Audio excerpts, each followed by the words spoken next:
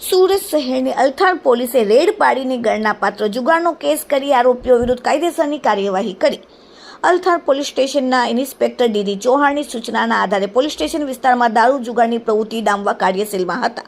તે દરમિયાન અલથાણ પોલીસ સ્ટેશનના surveillance staff police sub inspector ND પરમારના અંગત વિશ્વાસુ અને બાતમીના આધારે સરસાણા ગામમાં આવેલ બંધ પડેલ બારી બારણા વગરની સરકારી સ્કૂલમાં કેટલાક ઈસમો પૈસાની હાર જીતનો જુગાર રમે છે, જે બાતમીના આધારે તાત્કાલિક અલથાણ પોલીસ સ્ટેશનના કર્મચારીઓ વર્કઆઉટ કરી સફળ રેડ પાડી અને 4 આરોપીઓને કુલ ₹1,44,420ના મુદ્દામાલ સાથે પકડીને કાયદેસરની કાર્યવાહી કરી।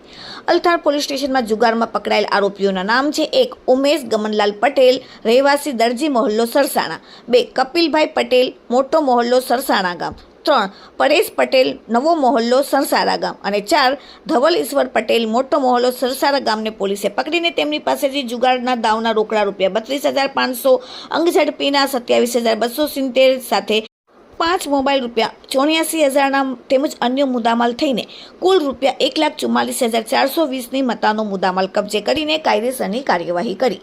Bureau report, daily India TV, Surat.